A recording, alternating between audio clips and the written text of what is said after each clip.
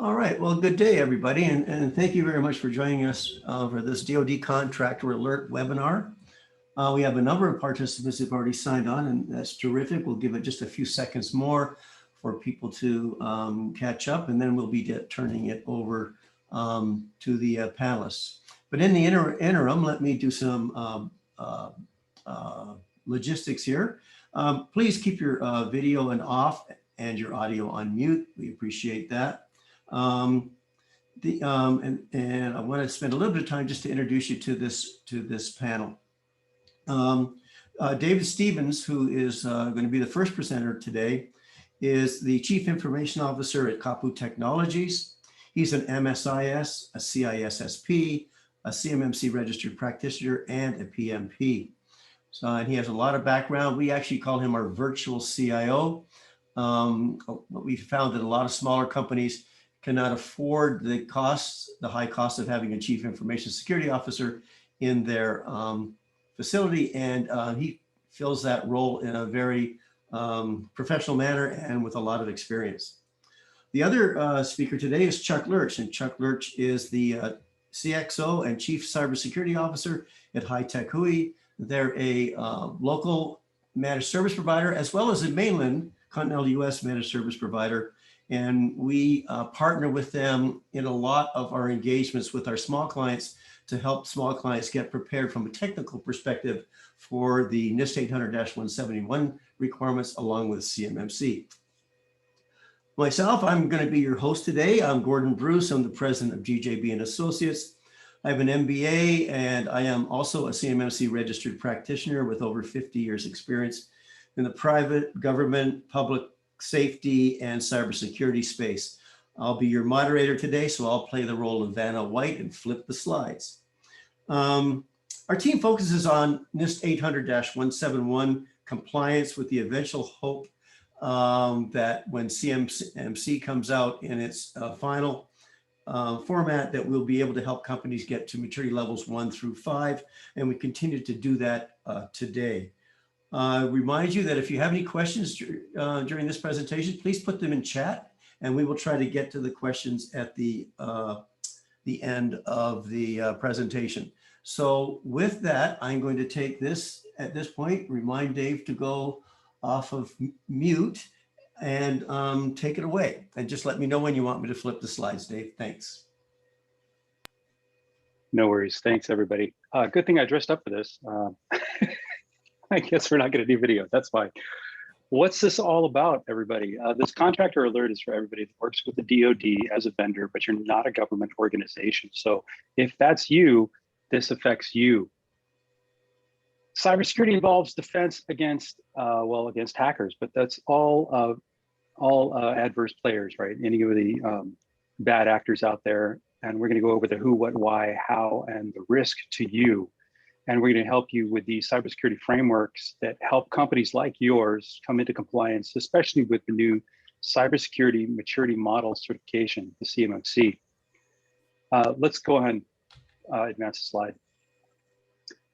What is hacking? Well, you guys all should know that it's engaging in activities in an effort to compromise these things, computer, smartphones, digital devices. IoT is a huge one now.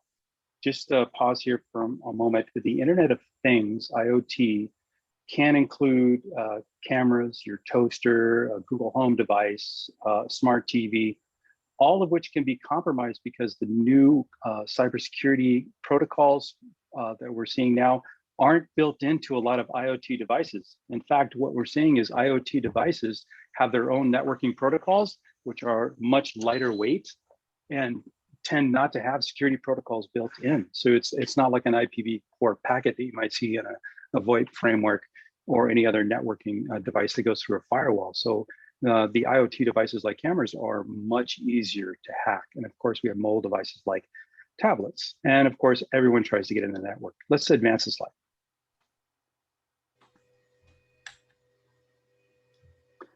These are the people that are hacking, though there's private ones, and there's hacktivists that are political and social. Organized crime sees this as a huge opportunity. So if they can hack big money, they can get a lot of profit out of this. So they can sit around just like nation states can and put a lot of people on these big hacks and compromises that give them huge profits. And of course, nation states like Iran, North Korea, Russia, and China all have their own individual motivations for doing things like this. North Korea, most especially now with all the sanctions against them, they're hacking things like Bitcoin and the SWIFT system and banking and routing for financial transfers. So they've been able to steal almost $100 million in this last couple of years. Let's advance the slide.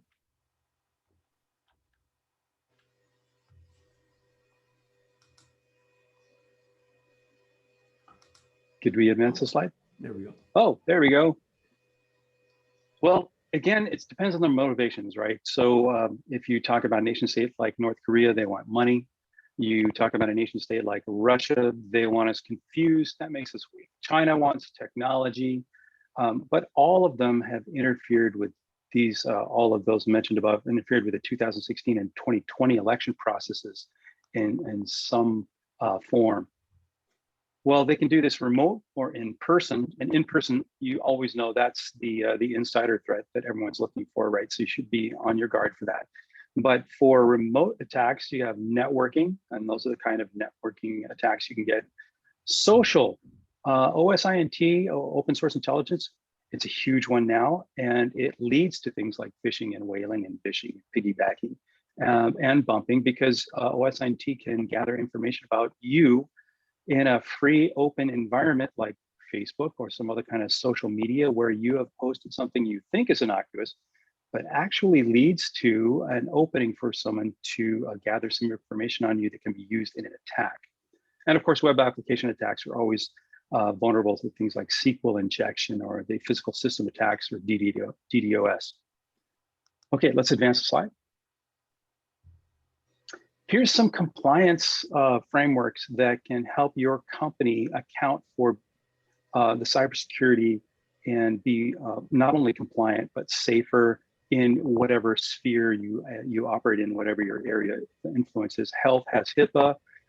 The payment cards like credit cards, banks, and so forth use PCI or Payment Card Industry Data Security Standard or DSS. There's a high trust environment for Health Information Trust Alliance, and there's the National Institute for Standards and Technology. We're going to cover a lot of this today. We also have ISO, the International Standards Organization, GDPR, CCPA, which is kind of GDPR in steroids for California, and then ITAR, which many people miss, and that includes another NIST set of rules. Let's advance the slide.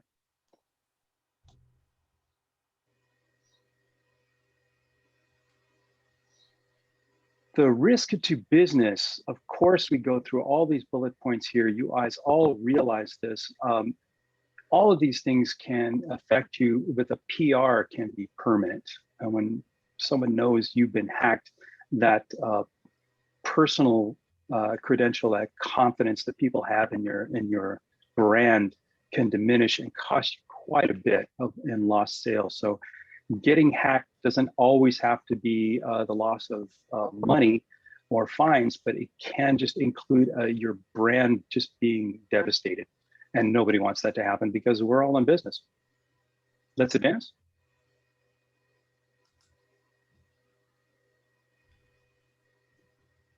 The risk for government can be catastrophic, and not too many people know it actually happens. It's probably because the United States and other countries don't advertise these complete failures, but I'm going to cover one and then show you a photo that proves it happened. And this is just one of the many types of thefts that have occurred for contractors. This is all downstream contractors to Lockheed Martin in 2007, 12, and 16. Downstream vendors for the F-35 project were hacked and information was stolen. And the result is on our next slide. On the right, you see the new US F-35 Joint Strike Fighter. And on the left, you see almost the exact same aircraft called the FC-31, which is now in production and flying in China. And when the Chinese ambassador was asked about why these two planes look so hauntingly similar, their reply was, ours is different. It has two engines. Let's advance to the next slide. Let's talk about CUI, CDI, CTI, and FCI. All the definitions are there in front of you. And we're going to be discussing these for the new CMMC because at different levels of this maturity certification, you're going to deal with these kinds of information. Federal contract information is as simply as what is your contract cover? That's FCI, and you need basic cyber hygiene to protect things like that. Because if people know what you're contracting on, they know what the value is of the information they could steal from you. So you want to keep that sensitive information secret, just like all your other information. Also, when you're talking about confidential unclassified information or CUI, it's not just what's identified as CUI right up front, it can also be the aggregate or the sum of the data leading to sensitive information classification. I'll give you an example. I used to work for a company who did the square footage drawings for the inside of rooms on base. And when you think about it, just knowing the square footage of a building might not on its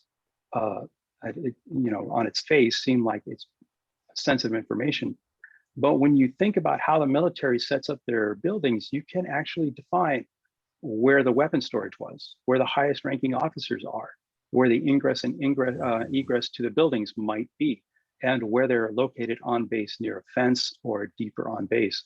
So all these things can lead to CUI. So it's possible that you might not have CUI identified specifically on your contract, but it might be in the information you're creating or using.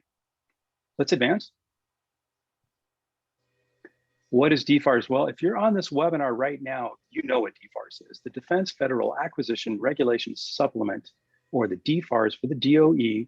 It's the Federal Acquisition Regulation Supplement for the use of or the acquisition of items by the US government by contractors or civilian organizations.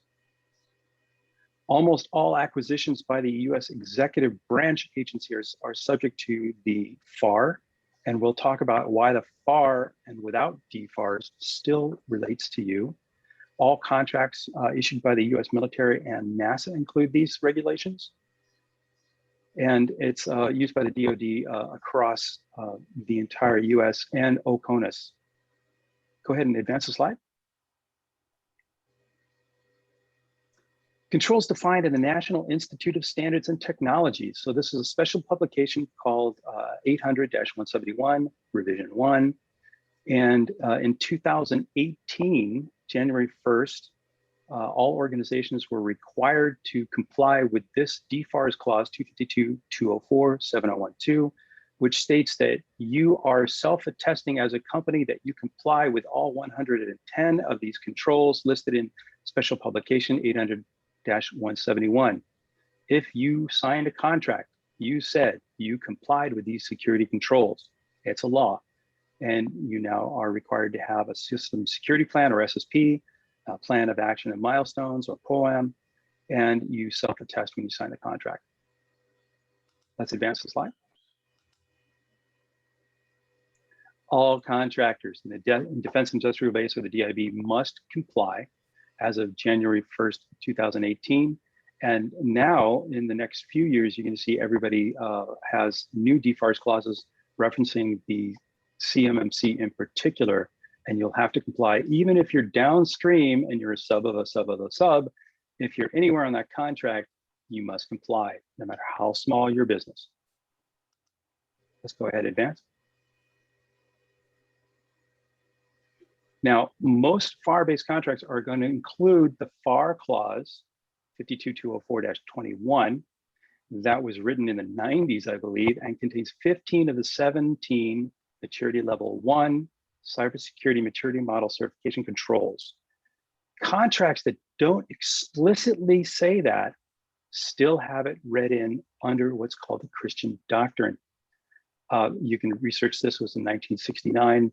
The Christian doctrine references a construction company that was sued by the United States government because they didn't comply with these rules. And their defense was you didn't explicitly put it in the contract, but the finding was that the contractor was in the wrong because these are implicit in your contract. So by signing the contract, you're agreeing that you comply. So non-compliant DOT contractors face fines. AT&T, Cisco, and others have already faced huge fines. You're seeing right there. Your breach of contract damages can be huge. You can have False Claims Act damages. In fact, if you sign a contract and you're not actually compliant, then you bill the government, you are committing fraud. And you can be fined for that. And that's exactly what happened to some of those companies up there. So if you self-attest and you're not compliant, it's fraud. So you can have a poor past performance record that can to restrict you from getting more contracts. You can have your contract terminated, and you can have damages. If you don't want to be suspended or disbarred from contracting, we suggest you comply with this. So start working on it now. It could be advanced. This is what it looks like. You're going to see the new 800-172 scoring system for your system security plan of action and milestones. There's 17 families of security practices. There are 100 control checks and 20 practices. So the ML3 or maturity level 3 CMMC will have 130 control checks in it. And these are what that looks like down there. You see 3.5 identification and authentication and some samples of the control checks that you must comply with underneath that 3.5.1 as an example, identify system users processing acting on behalf of users and devices. That's just one sample. Let's move on. Oh, this is my turn. Gordo? Okay, thank you, This Dave. is your turn. All right, thanks, Dave. Appreciate it. So I'm going to kick it off from here. We're going to talk about I call it the new CMMC, and the reason I call it the new CMMC is because it's evolving. The CMMC has been around since March of 2019 and continues to evolve as these controls go into place. I think an important factor that happened in November of 2020 that impacts all of you as subs or primes in the defense industrial space is the DFAR 7012 was augmented with 7019, 7020, and 7021 clauses. These clauses require you to do a number of things, and I'll talk about those in just a minute. And one of the key ones is the fact that 7021 is related to the deployment of CMMC requirements that Dave talked about earlier. Just right now, there's a 5-year rollout in the plan. Currently, there's 15 provisional assessments going on with the CMMC, and 15 contractors have been impacted by it. And 2 of them happen to be my subcontractors who got notified and are now being pulled into this provisional assessment. November 20th, DOD, the rule came out. This is what you were required to do. If you have not done this, please go online, do your research on this. You have to submit your supplier performance risk system sign up. You have to have a cage code to do that. You have to get that done. You have to do a attestation on what your estimated score is. And that can be anywhere from a negative 300 plus to a maximum of 110. And that maximum of 110 is that you comply 100% with all of the controls that have been identified on NIST 800-171 release 1. That actually involves about 300 practices, and every one of them have to be documented and demonstrated to the fact that you are doing them. So you can rest assured that there probably might be a few of you out there with a few gaps in that space. Your system security plan must be submitted. Most system security plans that I have seen that I've been working on, when completed, are about 300 pages in length. And then if you've not completed your all of your controls up to a max of 110, you must have what's not done identified in your plan of action and milestones, along with dates on when you intend on getting those completed. This is the model that CMMC looks like, levels 1 through 5. 5 is a very challenging model to hit. What we're finding in our experience as registered practitioners in this space for now a number of years is a lot of contractors, small and large, have to be at the level 3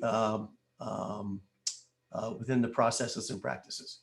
And just as a point of order, Dave's company, my company are in the process of going to maturity level 3, and Chuck's firm is going to maturity level 5. As we mentioned, then here's the goals, and you can see the practices at maturity level 1. It's 17 practices, no documentation at maturity level 1, no documentation. You just have to be able to prove that you're doing it. But once you go beyond 1, then there's a lot of documentation that has to be put in place. Our educated number right now is policy and procedure wise. To get to maturity level 3, you're in the neighborhood of 100 policies and procedures that must be in place and demonstrated as being practiced and as a real and culture within your organization. So this is a picture I wanted to show you what the ecosystem looks like as it is today. So on the upper left-hand corner, you have the registered practitioners. And that's where we are today. Registered practitioners are individuals who have been trained through the CMMC to help customers or DoD contractors prepare for CMMC assessments, like the 15 I just mentioned earlier. So that's going on right now, but you do not have to use a CMMC registered practitioner to do your self-assessments and your attestations. There's not required. And if you've got the wherewithal and the team in-house to do this, that's certainly your prerogative. Again, we provide that service, either doing it as the whole job, or we can actually provide guidance in that space. Training. Now, the training program we went under for registered practitioners was done by the CMMC AB, but certified assessors are needed to be trained. And that whole training ecosystem is under development right now. So you're going to be using universities, community colleges, private training organizations who are going to be putting formal training together for certified assessors that'll start to be coming out over the next 2 to 5 years. But you also need to have instructors. So instructors have to be educated in how to instruct those that want to be certified assessors and such, and certified 3PAOs. All of that has to be done. So all of the materials that needed to educate individuals to become instructors are in the process of being developed now. And then you come to the around the circle to the top right-hand corner, where you have certified assessors who will be then the ones deployed to come out and do formal assessments under the CMMC AB of your organizations. Everybody, every DoD contractor, estimated at about 300,000 contractors at the moment, will have to have a CMMC certification within the next 2 to 5 years. And every 3 years, you will be re-audited to verify that you still maintain compliance. Let's not forget why we're doing this is to protect the defense industrial base. This next slide shows the latest rollout schedule from the CMMC AB. If you see here, the training is started in fall of 2020. That's when we started doing our training for our registered practitioners. But the publications and certified training are all scheduled to be coming out shortly. And the ecosystem is scheduled to go live sometime between the winter and spring of 2021, which happens to be this year, as you all know. So what's the cost? And we get asked this a lot, and this is where it's a real challenge, especially for small companies. You know, CMMC assessments, when available, you're going to have to pay for them to come in and do those assessments. You're going to have to do continued and monitoring and training within your employees, and you have to get recertified every 3 years. Now, here's some interesting things that have come to light. Initially, we'll say last year, to be compliant from a technology standpoint, you had to move from whatever level of Microsoft you were running, if you were running Microsoft, to Microsoft GCC High. That is not an inexpensive undertaking, and it takes anywhere from 4 to 6 months, even if you're a 2-person shop. Now, in March of last year, Google Workspace became compliant for the most part for NIST 800-171, and it's now on another option for clients that happen to be playing in the Google environment for them to be compliant. But what we have found over time, and this is what the US is all about, innovation, with some third-party tools, you may not have to go to GCC High. You may be able to stay at Microsoft Office 365 E5, make some additional deployments and tweaks to your technologies, and meet the current rules for compliance. Increased costs for DoD contractors. This is our personal experience. A Hawaii-based company with 120 employees are currently paying $250,000 to be prepared for maturity level 3. This does not include their hardware and software changes that they needed to make. This did include the development of 100 policies and procedures. This did not include the annual cost of training their employees. It does not include the continuous costs of monitoring their systems and doing reporting. And an assessment is estimated to be for CMMC at about $30,000 every 3 years to come in and have that done. So what could this do? This could have an effect on what's going on. Small companies could say, wait a minute, we just can't afford this. This is not something we can do, and we're going to decline anything to do with the defense industrial base that puts us into the CUI model, because it's just not within our wheelhouse. And I should make a note here, and you should note this. If you're doing CUI right now, you've already attested to the fact that you are compliant. So don't expect the DoD to come in and reimburse you. You may have heard that, oh, the DoD will reimburse you, not to get to maturity level 3. They will consider reimbursing you for additional costs up to maturity level 4 and 5. But from 1 through 3, that's on your dime, and they have expected that you have been in that space already.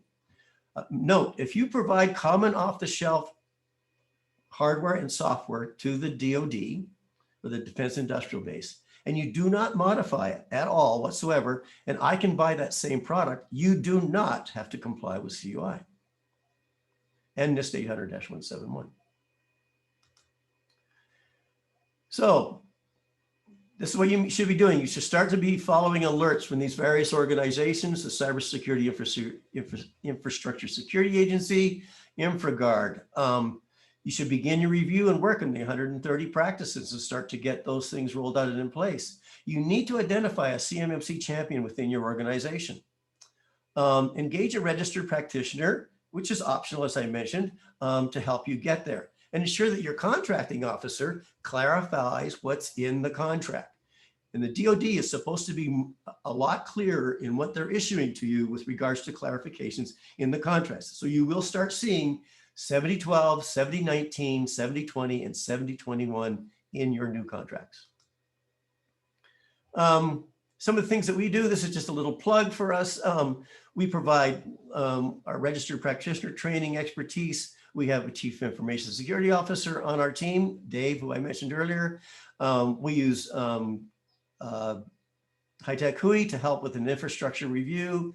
We will help you prepare your estimated score. We'll help you build your NIST 800-171 Release 1 Maturity Level 1 documentation and such to get you to 3 for 17 practices.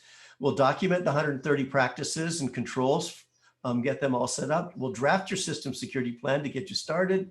We'll also draft your POAMs to get you heading forward on that.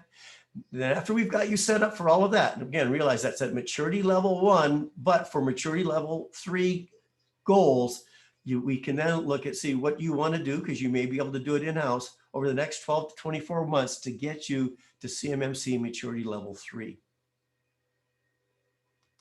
And with that, I'm going to turn this over to Chuck. He's going to give it a little background on what high-tech HUI provides.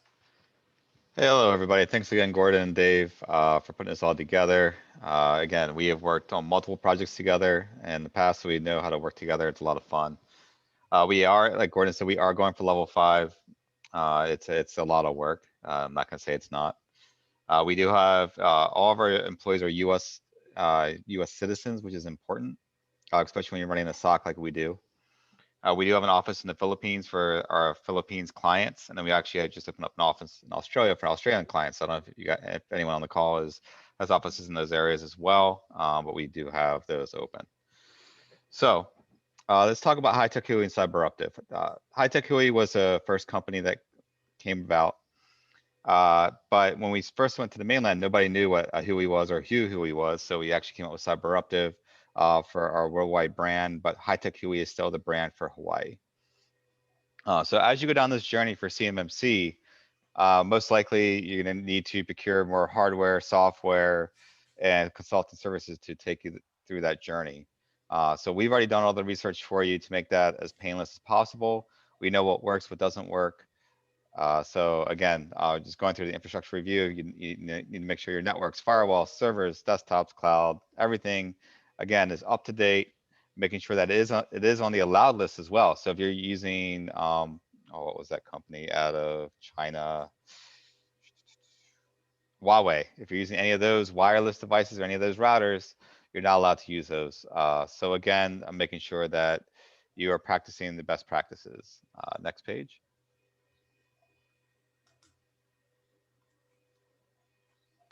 A little more about us. We support most major verticals here across the country, public, private, non-defense, and defense contractors. We have a lot of defense contractors that we work with. That's why we are also going level 5. If they're level 5, the flow down is I need to be level 5, especially for the data that we're dealing with. So when you work with the team here, when you work with Dave, Gordon, and our teams, know that you will have the best flow through, or I guess best protection possible. Again, we are vendor agnostic. So the reason why that is because you already have infrastructure in place today. So we want to make sure that we leverage what you have. We're not going to have you just rip and replace everything. We can work with what you have today.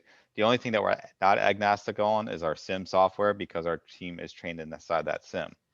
So that is your security event information manager, your single pane of glass. Why did we start the SOC?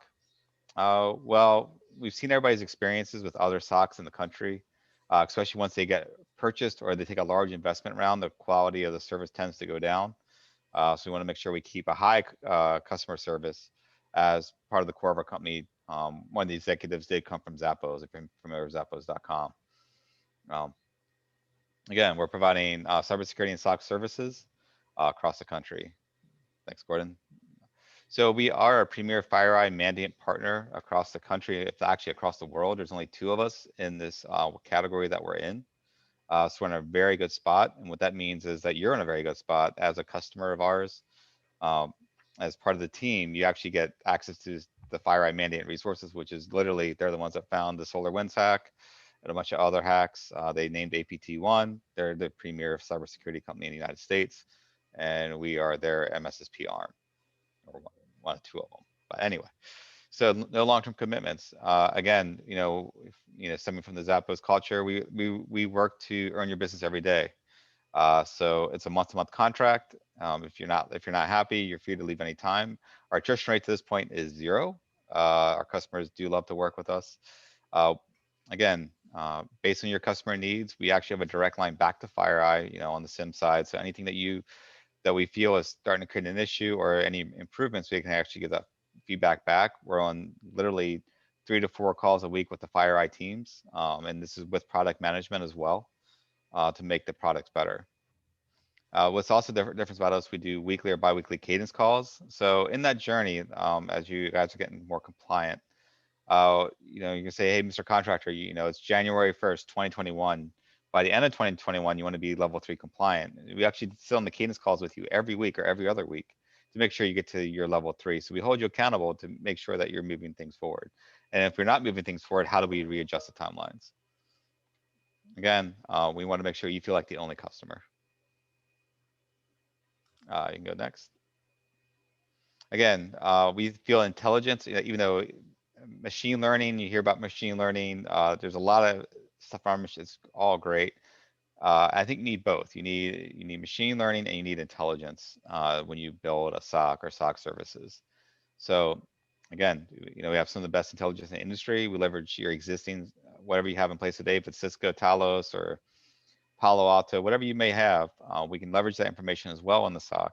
And again, create outcomes for you that were very quick to find out if there is an incident, and then make sure it's contained very quickly. Next. Again, it's very simple in the sense that what we want to make sure is that you guys, we leverage your existing infrastructure for whatever that we can. We only add the tools that are needed to get you to the level of compliance that you want. And we use the intel. And then from there, we go hunting. We prioritize and respond to make sure that we're hitting all the points to make sure that number one, you're secure, and number two, you are also helping secure the defense base. Next. Again, this is our technology stack. We have about 40 different vendors we work with, depending on where you're at in your journey and what you've implemented so far. We have recommendations. We usually have 2 vendors for every category when it comes to compliance. We also want to make sure those vendors actually are easy to send logs into our SOC to make sure that we can remediate quickly. The other difference about the SOC, and we can leave it on the slide for just one moment, is that as a customer, you get full access to everything. So that means that the licenses are yours. I guess in an earlier point is that it's month to month. So, let's say things don't work out for whatever reason, you still have all the products. They're under your name. That's your license. So again, we want to make sure that that journey is very clean and very easy to navigate. Okay. Next slide. Again, we make it simple. You have access to the intelligence. So not just us, but you and your team will actually also have access to intelligence. You can actually install a plugin in your browser as well called Mandiant Advantage, and that's free. So we can show you how to do that. So you can actually, as you're navigating your day-to-day, you actually get intelligence on everything that you're doing.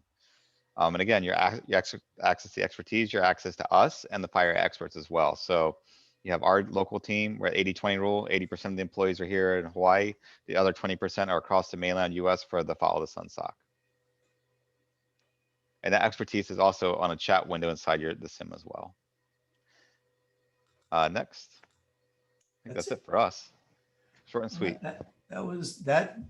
That's not necessarily a wrap, but that took us through the presentation. And as I had requested earlier, people had any questions, so please put them in chat. And we do have a number of questions out there. So Chuck and Dave, why don't you turn on your video? I'll turn on mine. And let me pull up the chat window and I'll look and see what the questions are that we have here. Gordon, I've been trying to answer these questions as we go along. Oh, great, the Dave. last one, well, let me confirm, we hit record, right? Yes, we did. Okay, good. That was one of the questions. Another one was, well, a couple of them have been on the materials we'll be providing after today's session to the webinar participants. And some people are asking for things like a list of the controls by ML levels in the CMMC. And also maybe the slide deck, which I think would be just fine. We can distribute the slide deck along with the other materials we promised for our participants today. And one of the last questions that we should all consider answering here from Rona, she asked for the CMMC if everyone needs to be a US citizen because they have somebody who's not a US citizen. And I believe the answer is it depends on your CMMC level. Can you guys confirm or deny? Chuck, you're going for level 5, right? That's correct. And then right. we were subject to a bunch of other things as well, just not CMMC. So ours, people have to be all US citizens. If you are a green card holder, you could be okay. But if you are not a green card holder or a US citizen, depending what it is your company is doing, that individual or those individuals may not be allowed to be involved in any of the projects that touch or handle CUI. They can still work for your company. They just can't work on those projects. Right, so you'd have to isolate that data that is CUI, all the paperwork, all the actions, all the views and all the actual computer data or digital data that's CUI. You'd have to isolate that from that employee. And with regards to the materials, yes, on our flyer that we sent out and when you registered, we're going to be following up with those of you that actually showed up today for the event. and we'll be sending you all of the materials that we identified in the flyer.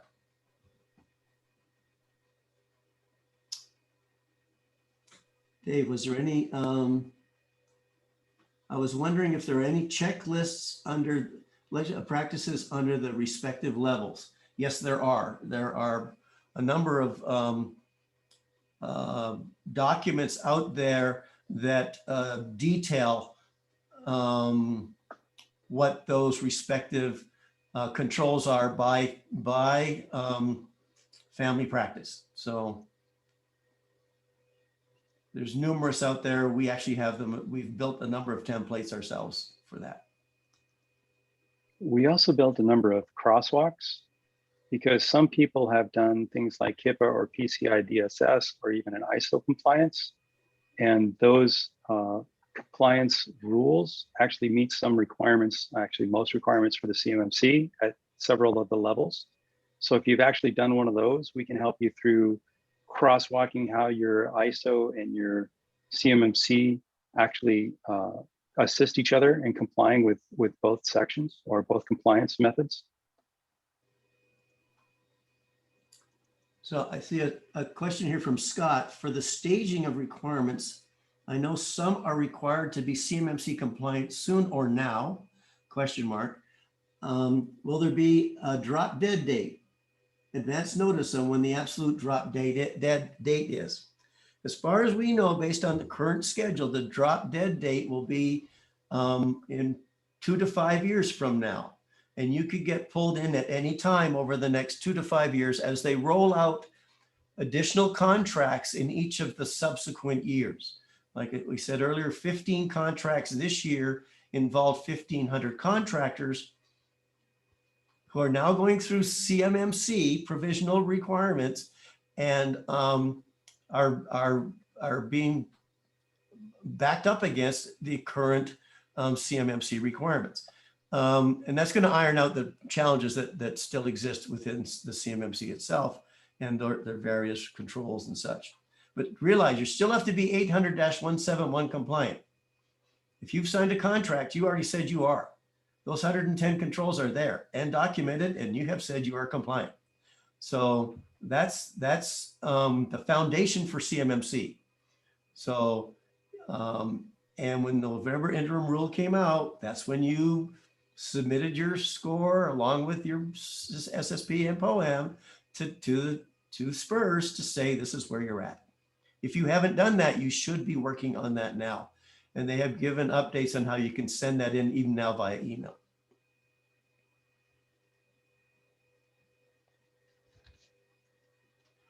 Here's one. Are the materials you will be sharing able to be shared with clients trying battling compliance? Yeah, well, it's not proprietary. We don't own it. We'll be giving it to you, and you please feel free to spread it around. But don't forget to mention our name. That would be a nice thing to do. Here's another one. Are you guys Hawaii based? That's Chuck. Chuck, you're all over the place. You're continental US and here.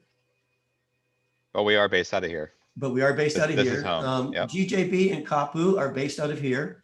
But GJB and Kapu, along with Chuck, we have clients all across the continental US.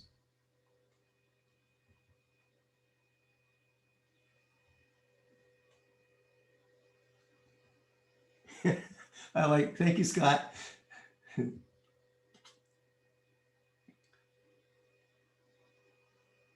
Here's one. Is there devices that don't support encryption or similar? Is there exceptions on a per contract basis? Oh, Dave, I'm punting that one to you.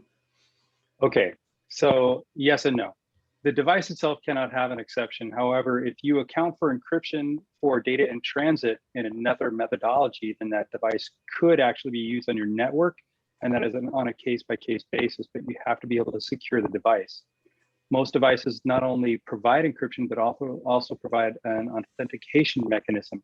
And sometimes that authentication mechanism is not good enough to be on your network. It doesn't qualify. So it would be on a device by device, case by case basis, and we'd have to take a look at that. So most of the time, I'm going to say the answer to your question is no. You have to have a device that will comply. And that's the easiest way to go. And it's worth the investment, I might add.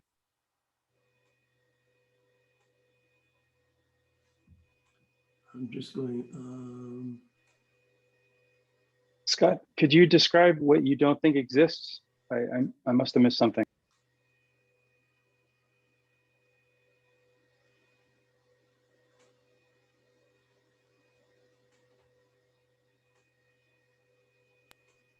Matt's question about a digital memory card. So digital memory cards are something that store data at rest. And yes, if you store CUI on data at rest on any kind of media, it has to be secured and correctly labeled, I might add. yeah, and if I could add to Dave's comment on that, if you are using those types of devices, there are a number of steps and processes and policies and procedures that you must have in place and demonstrated that are practiced, and they are identified in the handling of CUI documents available from the DoD. Here's one. Is a lockable mini office within the office a must, or can the entire be limited, or can the entire be a limited access suffice? So I think what Lewis is saying is if the entire office is limited access and CUI compliant, then do you need a mini lockable office? And that's a hard one to answer. If everybody's dealing with the same CUI, then the answer is yes, you can just secure your entire office. If there are different levels of CUI, then you would have to comply to the highest level for your entire office, or isolate the highest level data in another mini office somewhere. We already work with clients that secure their entire office, lockable doors, digital entry, key cards, and a visitor sign-in log with security, and their entire office is CUI compliant. Right. So if your office has access to CUI, when people come into your office, you must sign them in, sign in logs, track the logs. They must be escorted everywhere they go. There's a lot of things that you need to put in place related to the technology, such as if a screen has not been, or a computer not been monitored for 30 minutes or some set period of time, it must go blank. There's a lot of sign-on requirements. There's a whole number of technological things that you need to put in with supporting policies and procedures. Now, if you're handling, and this is not about ITAR, but it's one of Dave's favorite subjects, which is when you're dealing with weapons, that's a whole different set of controls. And yes, you do need a separate office for that. And that goes under a whole different set of controls known as 800-053. So just to keep that in mind. Scott's got a good question there. Scott, I wouldn't recommend moving anything on-prem. You're just increasing the amount of compliance issues you're going to face, especially when storing and managing your data on devices that you have to manage. There's an enormous number of controls that you have to comply with. It's much better to use a cloud provider that attests to compliance at the level that you're going for. So I wouldn't recommend moving anything on-prem unless you absolutely had to. And there are data centers here that will be compliant. And I agree. I agree. Yeah, I agree with Dave, and I agree with Chuck as well. It's just too difficult to maintain the compliance requirements at maturity level 3 on-prem. For example, like an on-premise Exchange server, especially since the breach that happened, not the breach, but the vulnerability in the last week. Perfect example. Yeah, I mean, it's just a lot easier, and it'll actually take more effort to, especially for a smaller business, to secure an on-prem infrastructure. The more you have to secure on-prem, the more everything else you have to have in place to help secure that. The more cloud-based, you're leveraging their security policies and procedures as well. It also makes your Connected backups library. extraordinarily difficult, right? Because you're trying to do a backup rotation and some of that should be offsite. So you're just increasing the amount of effort it takes to get a backup offsite. You don't want to do the old tapes and drive them home and the weekends and store them in a safe deposit box and rotate them out and 3 copies and all that. It's much easier to have an off-prem solution in the cloud that does all that for you and updates all these systems and procedures and policies on an ongoing basis that you don't have to think about, which is kind of nice, especially for Right. smaller companies. Yeah, and you also have the risk of things being stolen. So actually, I worked for a company that had literally the alarm cut and every single computer taken out of many years ago. And then we had, of course, we had backups, which was great, but still, you also have that risk. You're not one's going to steal the cloud, at least not that we're aware of. I think this is a good question. Chuck, you might want to answer this, and I can as well. And so can Dave. Can you describe a scenario in moving from Office 365 to a compliant system, i.e. GCC high, I'm assuming? Well, yeah, that's kind of a generalized question. If you're moving from Office 365 to a compliant solution, it could be as easy as just changing your subscription in Office 365. We don't know yet if CMMC level 3 requires a GCC high compliant solution. Microsoft GCC high is really hard to get into, and the vendors that can take you there have about a 10-month backlog. So you could be looking at 18 months to get into GCC high at an extraordinarily high cost. And there's a monthly cost that goes with that. However, Microsoft does have another solution, and Chuck can talk to this, GCC without the high, the government compute cloud. It's much less expensive and it's much easier to move into. And like we were saying, with Office 365 at one of these levels, E5 or GCC, with a couple of very low cost plugins, add-ons, you can be compliant without having to move into GCC high. Yeah, That's correct. That's a good thing to note, is that with Office 365 E5 and the right plugins, additional pieces of software, and what you've put in as far as hardware is concerned, and your policies and procedures, you would meet the rules as documented today for compliance under NIST 800-171.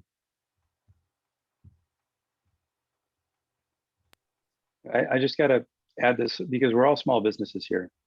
What Gordo and I and Chuck do is try to come up with a small business solution so that we can comply with things like CMMC level 3 without moving you into a GCC high environment, and it's going to be less expensive. Not only the move, but the monthly ongoing costs.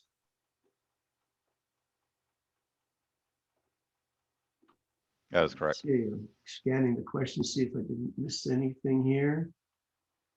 I think, Gordo, some of those questions are going right to you because I don't see a lot of those questions. So if you guys have questions, it'd be great if you put those questions to everyone in the chat box, and we can all jump in. Well, here's one. How would CUI be determined? Determination be made if it isn't identified in the scope of work that we receive?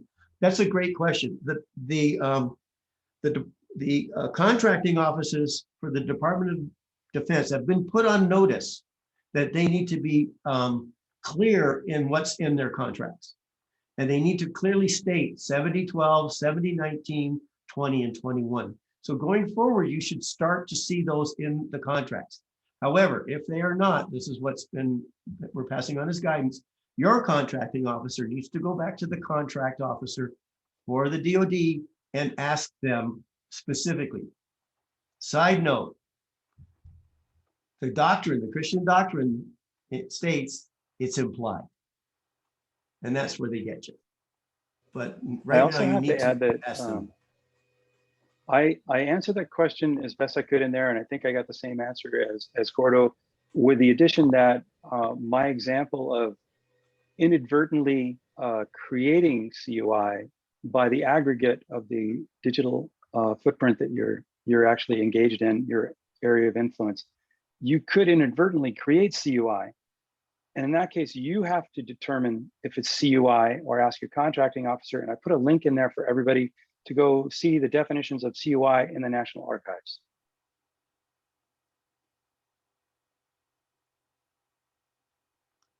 Okay, here's one.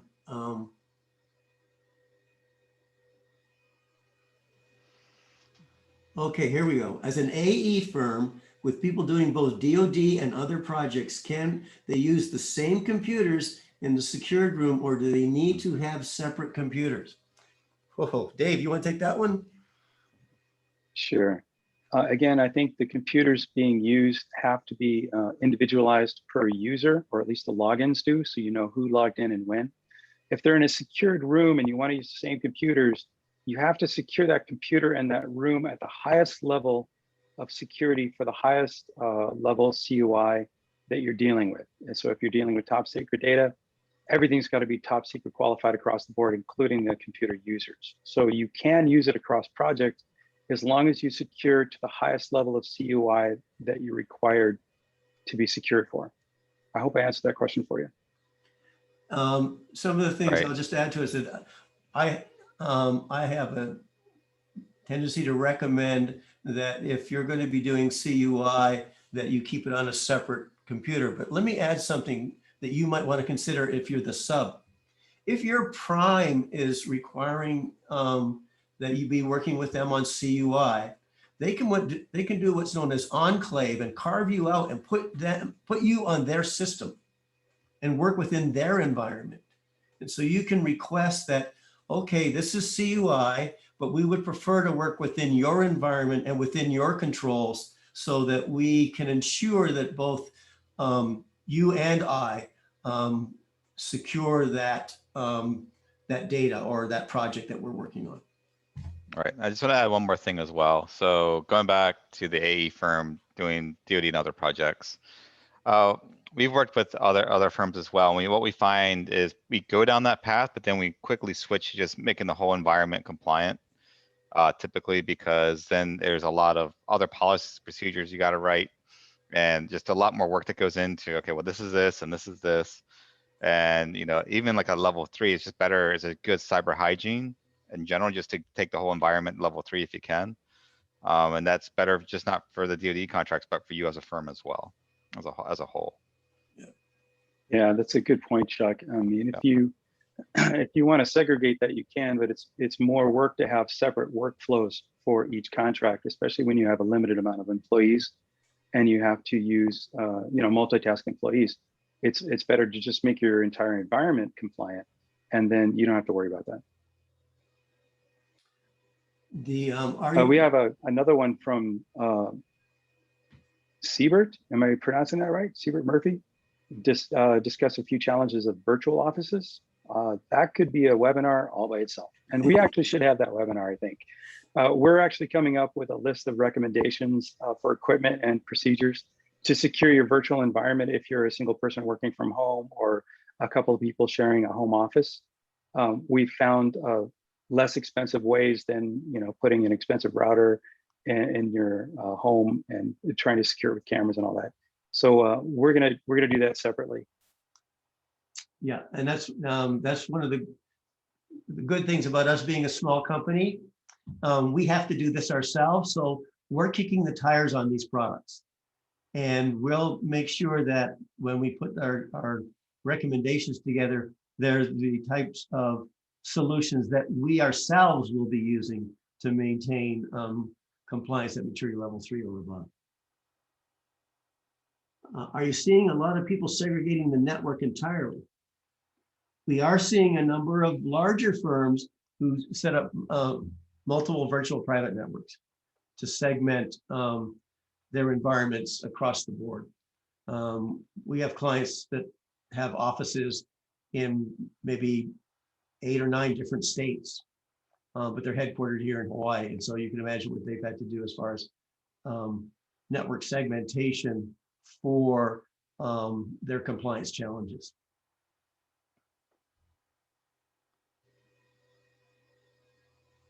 Oh, the messages keep coming in. Thanks a lot. This is great. Virtual offices, we talked about that. For sure. Okay, so far so good. Well, let's see, we're at, oh, look at that. We're coming up on exactly 1 hour. How's that? Let's see if we've got anything else coming in. I don't see any other questions coming in. Chuck, Dave, anything you want to add as a conclusion? No, except that I'm really glad that we did this in 1 hour because all these people have to get back to work. They have a Yep. business to run. That's true. Yep.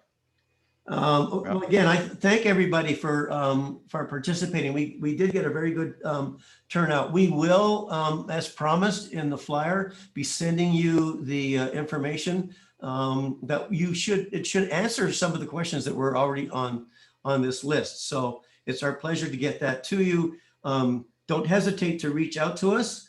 This is what we're here for. I have on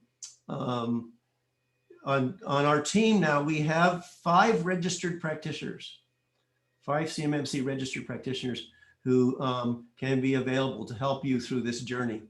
And we're going to do a few more of these and see if we can update you on things as they evolve. And also, if you have something you want us to cover, please don't hesitate to ask. I think the next thing we'll do is we're going to do the at-home office recommended configurations. I think that will be a very worthwhile effort.